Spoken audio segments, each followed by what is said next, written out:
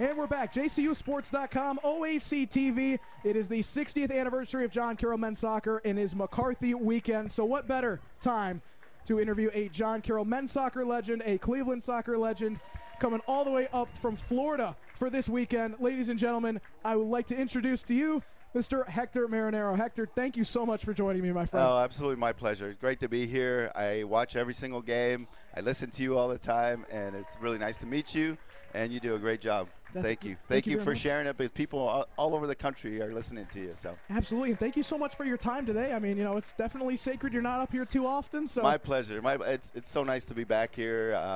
It was funny sitting in the stands watching a game from this side.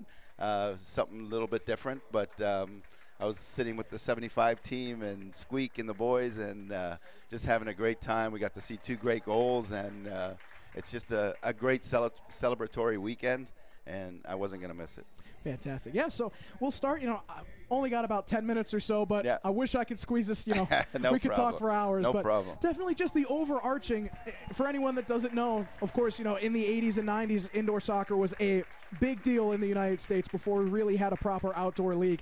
And if you want the best of the best from that era, especially in the Cleveland and Midwestern area of this country, you've got Hector. So, Hector, take me through the beginning of your career, how you progressed and how you ended up being such a mainstay name in the indoor soccer world.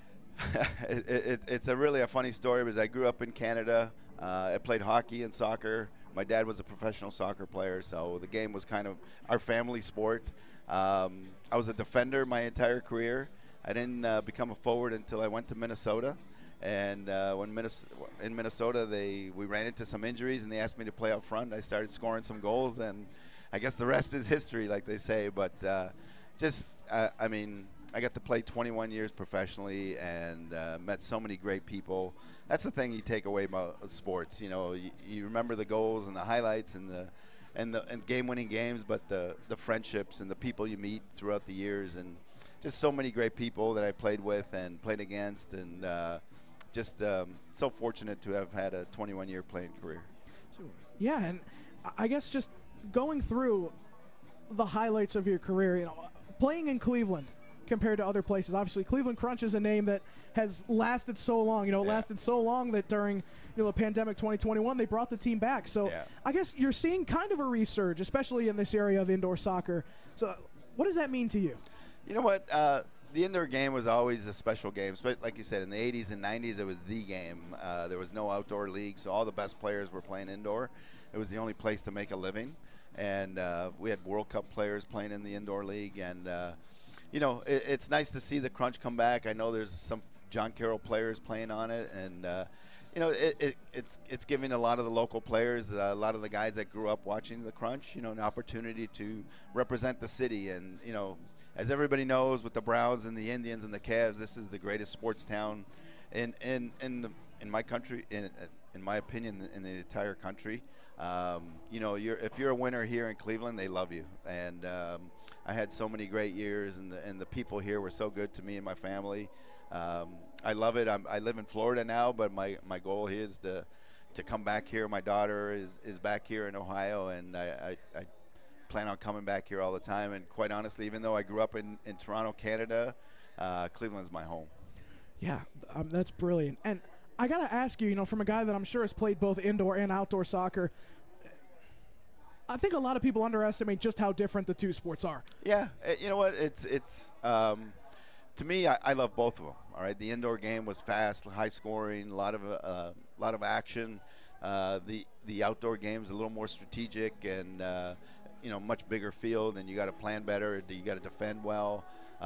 Both are excellent games. I absolutely love the game of soccer, and at the end of the day, it's soccer. No matter you're kicking the ball around, and it's just that at that time that was the best place to make a living. So all the guys were playing indoor, and now with the MLS, everybody's playing outdoor again. And outdoor is the world game, and I just love coming back here, watching Dayon and the boys, and I couldn't be more prouder of Dayon and what he's done. He was 21 years old when I hired him.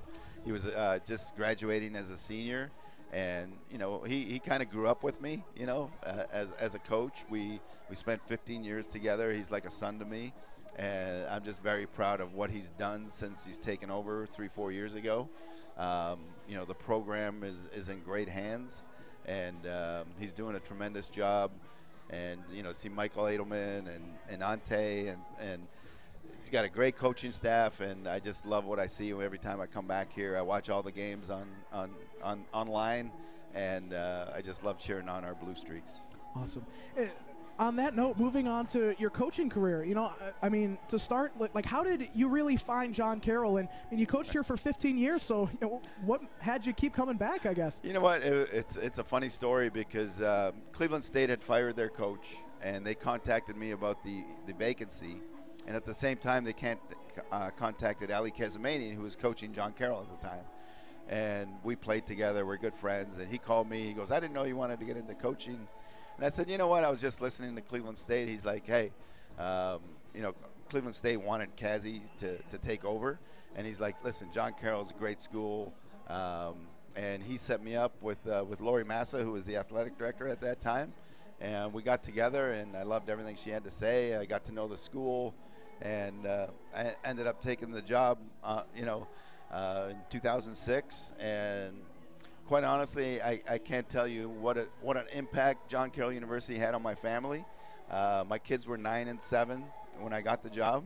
My daughter Janice got married 2 months ago to Sean Flannery, who played basketball here at John Carroll. Both my kids graduated from John Carroll.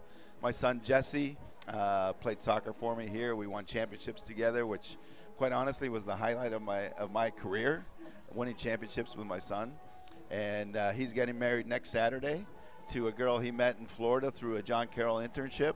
So it's John Carroll's been really good to the Marinaro family. Both my kids found their partners in life through John Carroll. They both got a great education. They both got tremendous jobs coming out of here. This place is a special place, and I'm so glad. Quite honestly, when I took the job in 2006, I didn't know very much about the university, but man, what a special place, and it holds a special place in the Marinaro heart because, like I said, both my kids came here so many great years when I was coaching here. My kids were going to school here, and it was just tremendous experience, something that I'll never forget. Yeah, and you've had a lot of highs and a lot of lows. Obviously, It was a very successable program while you were here, but you had the shortcomings with the OAC championships. You had the highest of highs, making the NCAA tournament for quite the streak. Quite the early years. Ohio Northern was really good, and it took us 3 or 4 losses in order to get over the top with them. And I'll never forget 2018 when we won the championship here, and we finally got off the schneid and beat Ohio Northern. It was a very special night, and I've got a picture very proudly displayed in my home of that championship game with my son and my daughter hugging each other, and it's something that I'll never forget. And then from there, it just kind of took off. We started winning, and I think once we got over that hill there, everybody, the reputation of John Carroll soccer started to grow, and people wanted to come here and grow the game, and we just started winning and winning. And I'm glad I was able to step away and let Deon take over at a time when the program was doing really well, and he's just continued on with it and doing some great things. Yeah, and on that note, we got about 2 minutes left in the halftime show, so I'll leave you with this question. Having been in the program for 15 years, I'm sure it took a lot of discernment to leave the program to Deon. Granted, not a whole lot of surprises. You worked with him for quite some time, but how does it feel being, on the sideline watching him coach and seeing him grow and develop into much more of a leader than just an assistant? Yeah, he's taken the program to new heights, quite honestly, and I couldn't be more proud. Like I said, he was 21 years old. He's like a son to me. We had our highs and lows, and deep depression, losing a few championships here and there. But, we all came through it stronger, and he learned a lot, through our 15 years, and he's doing a tremendous job, and I couldn't be more proud of him. Like I said, he's part of the Marinaro family to me. Even his dad, Zoran, his mom, Rose, and Kit now, and the 2 kids, and I love going to their house and seeing the kids, and I feel like a grandpa or a great uncle to the kids. It's special. We have a great relationship, and I couldn't be happier for him. Absolutely. And that concludes our Wrenford Creative Halftime Show, folks. I was joined today by Cleveland soccer legend JCU, men's soccer legend Hector Marinaro, and we will get back to the action in about 90 seconds or so. So, make a great time, my friend. Thank you again. Have a great second half. Let's Absolutely. go Blue Streaks. All right. Thank you so much, and we will be right back.